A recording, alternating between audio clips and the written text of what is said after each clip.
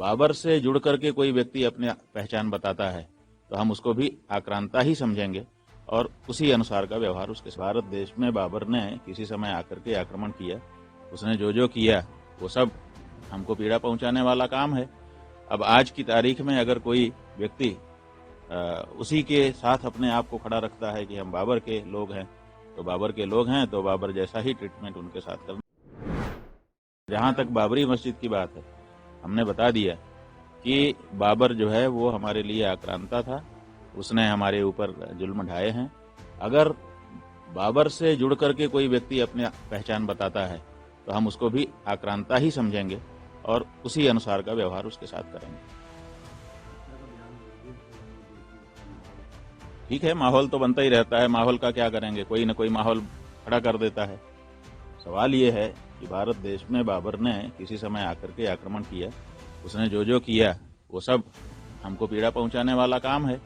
अब आज की तारीख में अगर कोई व्यक्ति उसी के साथ अपने आप को खड़ा रखता है कि हम बाबर के लोग हैं, तो बाबर के लोग हैं तो बाबर जैसा ही ट्रीटमेंट उनके साथ करना चाहिए, है कि नहीं?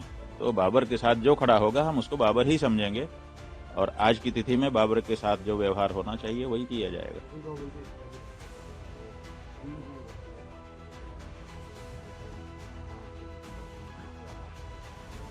बात यह है कि मस्जिद बनाएं, उसमें हमें क्या आपत्ति है? मस्जिद बनाएं, बना करके वहां ईश्वर की आराधना अपने ढंग से करें, इसमें हमने आपत्ति अभी तक नहीं की है, आगे भी हम करने की अभी इच्छा नहीं रखते हैं।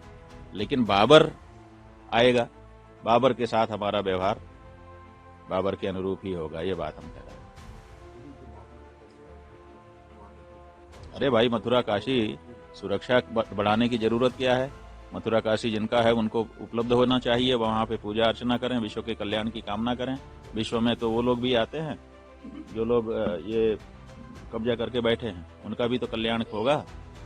तो इसलिए जल्दी से जल्दी जो लोग वहां पे कब्जा करके बैठे हैं अब उनको जान लेना चाहिए कि एक समय था जब हमने अपनी राजनीति चमकाने के लिए, देखिए धार्मिक कारण से मंदिर नहीं तोड़े गए।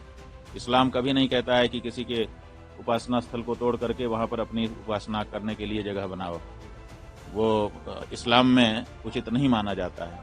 लेकिन अगर ये किया, इसका मतलब कि धार्मिक कारण से नहीं किया, राजनीतिक कारण से किया कि हम तुमको मिटा देंगे, हम अपनी हनक स्थापित करने के लिए किया।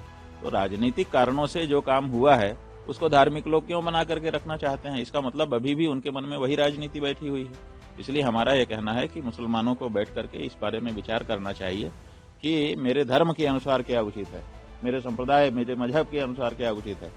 अगर वो इस बारे में विचार करें तो अच्छा है। अगर उनके मजहब के अनुसार निकलता है कि भाई किसी के उपासना स्थल को तोड़ो, किसी को चोट पहुंचाओ और फिर तुम्हारा जो खुदा तुम्हारे मजहब के अनुसार है वो तुम्हारी इबादत कबूल करता है, तो बात अलग है। लेकिन जैसा कि आपके मजहब के जो ग्रंथ हैं, किताबें हैं, उनमें हम लोगों ने अध्ययन करके पाया, उसमें यही है कि ऐसी जगह पर की गई इबादत खुदा कबूल नहीं करता है।